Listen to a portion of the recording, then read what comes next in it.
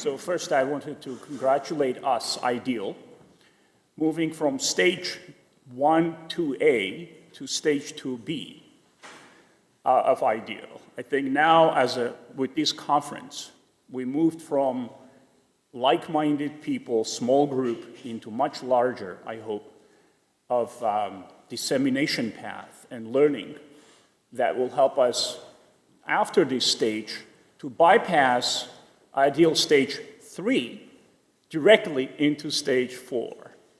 So, it's been a pleasure in the past 3-4 years to work with IDEAL Collaboration. I've been a vice chair with specific focus on medical devices. I think this is a great place to apply IDEAL recommendations. I know I'm starting with negative, so our industry colleagues, please forgive me for this. Really, we have been facing in the past decade with many high-profile failures of medical devices, and what we recognize is that the evolution and innovation in medical device field and regulatory pathways and reimbursement, and entire that process is in silos, and it could benefit certainly from innovation in terms of how this graduated approach from first in man studies to surveillance can be developed. So I don't have a cable in my house. I'm watching free channels on a TV, and this is all I see every hour. Lawyers, pretty much, and lawsuits. It gives me ideas what else to study, to be honest. It's one of the ways I learn. I mean, what are they thinking about, and whether this is valid? Is there any good evidence about it? So can I study it? It really helps. But certainly, metal-on-metal hips have been dominating. There's concerns related to medical devices. Mesh, surgical mesh is something has been recently questioned, and also there's emerging data that so vaginal placement of mesh is not as safe as we thought it is. There were concerns related to certain leads like Riata, and IVC filters also. I mean, this is kind of, I don't know why, but they're more common than anything else that I see. But this is what's the reality. What is the reality in the medical device world? And I wanted to thank Mary Sheldon, my colleague and friend, Deputy Director for Innovation at FDA, for this slide. And it really, it's telling. Most of the medical device companies are relatively small, and that's important. And they're not necessarily the large multinational companies that we always think about. And this is another important slide. If I can progress to the next one. My slides are heavy.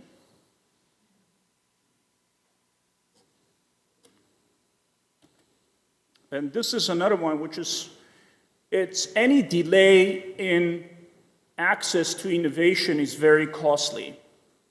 So these are some metrics, of course. These are important considerations, and if these can be improved, it can be win-win if particularly this is about innovation that matters and has value attached to it.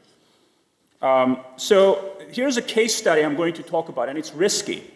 So I never talked about this before in public, but it's a very innovative device called CardioMEMS. It's a system, and only FDA approved now, device to monitor pulmonary artery pressure in order to prevent rehospitalizations in patients with heart failure. So it's implanted in the pulmonary artery, and it has a novel mechanism of charging and sending information to doctors who will then make decisions based on the data on what to do, and it potentially should help. And it has shown in a trial published in Lancet to substantially reduce rehospitalizations. So certainly with a trial like this, there would be a lot of concerns. We know with surgical trials and also with device trials, there are many questions related to blinding. But I also would think about allocation concealment, and I'm going to shut up because Doug Altman is here.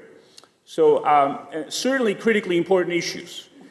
So this type of innovation usually goes to panel at FDA for a discussion, and it's cardiovascular circular device panel that would have serious discussions about the design and make recommendations to FDA upon approval.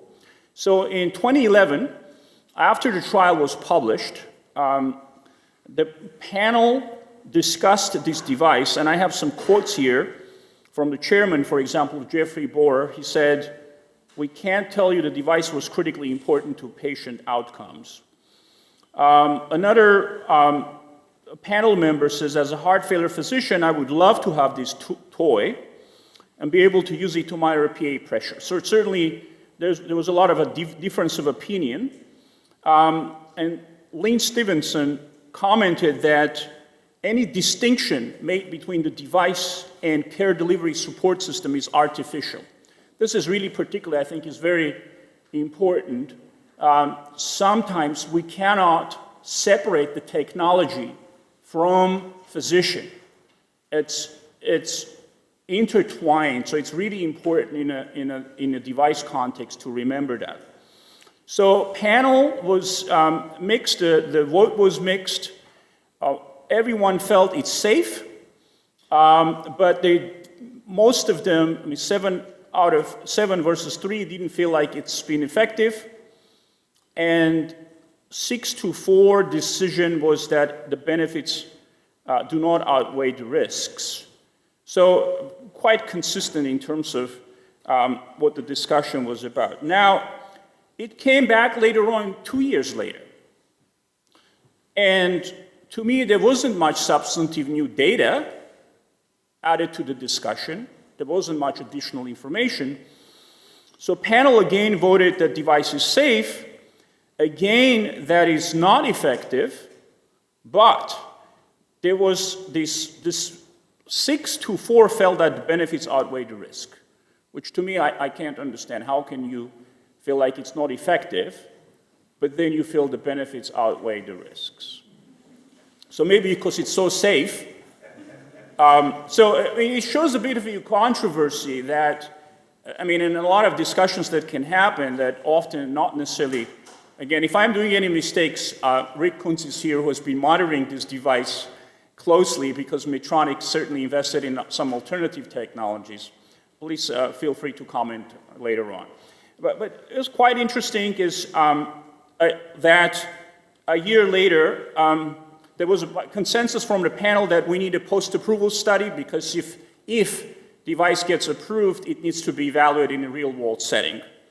And in 2014, FDA, despite this recommendation from panel, approved the device and requested, as expected, a post-approval study to continue to learn about device performance. So there's also this issue now about reimbursement, how it will be paid for, and I think for this particular device, there's a new HCPCS code that has been obtained. But it's quite interesting that the best comparison was not necessarily usual control for this device, but I think should be these other technologies that monitor, say, body fluid buildup as a first sign of heart failure. So I think this is something that hospitals, physicians, and payers will need from real-world data to better understand comparative evidence and benefits and harms. So just another component in this complex equation. So, so the example hopefully illustrates the current framework and silos, pre-market, post-market, trial data discussion, and you can imagine device like this bypassed stages 2A and 2B, and from first in man, immediately got into RCT, which is the reality of the device world, and now into phase 4 of real-world performance. So it shows that with ideal recommendations, we have to take this into account and think about it. Implanting this might not be as complex for interventionists to do, so maybe the 2A and 2B stages do not necessarily apply.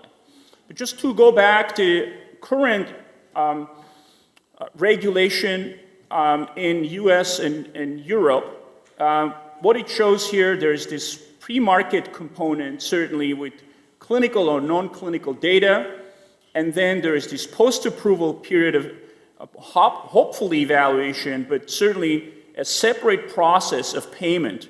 In Europe, with example like NICE recommendations, and in United States with the payers and Medicare, MedCAC panel recommendations, Medicare Advisory Committee on Coverage. So then might be national coverage or local coverage, a bit of a complex regulatory issue, certainly. So why would IDEAL help? I mean, thinking about this, we believe IDEAL has the structure for this system of this graduated marketing approval and all the political appeal for this life cycle assessment. I think we're offering a framework that will help to make this a continuum rather than this silos. And there's certainly important commonalities between a device and surgical procedure, and in addition to being intertwined, there's this skill of the operator, learning curves, preferences, and need certainly for registries. There's certainly some important issues within IDEAL application for devices, which is understanding that, I mean, it's certainly definition and exposure is much more clear. In surgery, various techniques can have various ways of application, so but with the device it's pretty clear. There is this important stage 0. We need the minimum standards, and I'll talk about it next. Separating 2A and 2B, or even having 2A and 2B sometimes might not be needed, so we need to kind of be flexible with that. Trial is clear. If it's done, it needs to kind of follow the highest standards of quality. That is for surgical trials. I mean, similar in many ways because of the issues related to blinding and allocation concealment.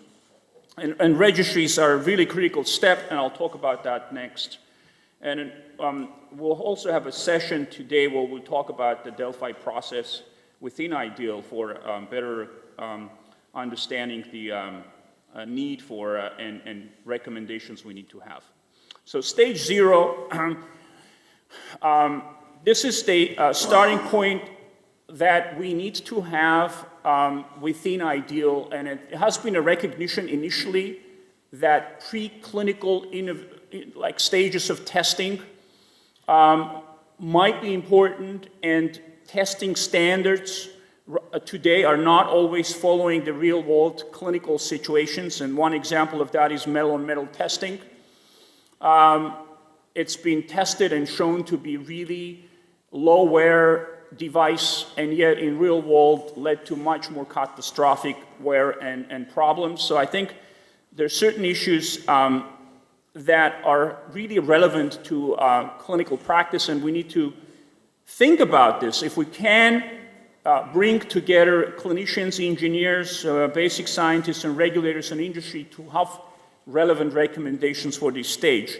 Also, why is it important? Often from this stage, even bypassing stage 1, many products end up in the market into stage 4. So I think for us to ignore it, probably not very helpful. So for stage 1, on the left, this is a IDEAL recommendations relevant for surgical trials. On the right, you see our thinking about application for devices. So specifically, what similarities that we do believe there is a need for recording of these innovations, medical device innovations, particularly those failed innovations. There needs to be a database, searchable database, where innovators can look up and see if something like the one they have in mind has been tested in humans and failed. it will be globally important for public health to not expose patients to a risk if it has been tested in some other countries. So we know the testing happens worldwide, so I think we need to better understand how innovators can be protected, whether this can be confidential, but still valuable and reasonable and in a way that will allow learning. So this is a very important recommendation for us, and if it's clinicaltrials.gov, it's fine, but we just need to make sure there's a potential to avoid harms in multiple countries, multiple settings. The same thing that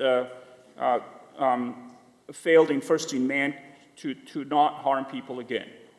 Second component is the distinction between 2A, prospective developmental studies, and prospective exploratory studies.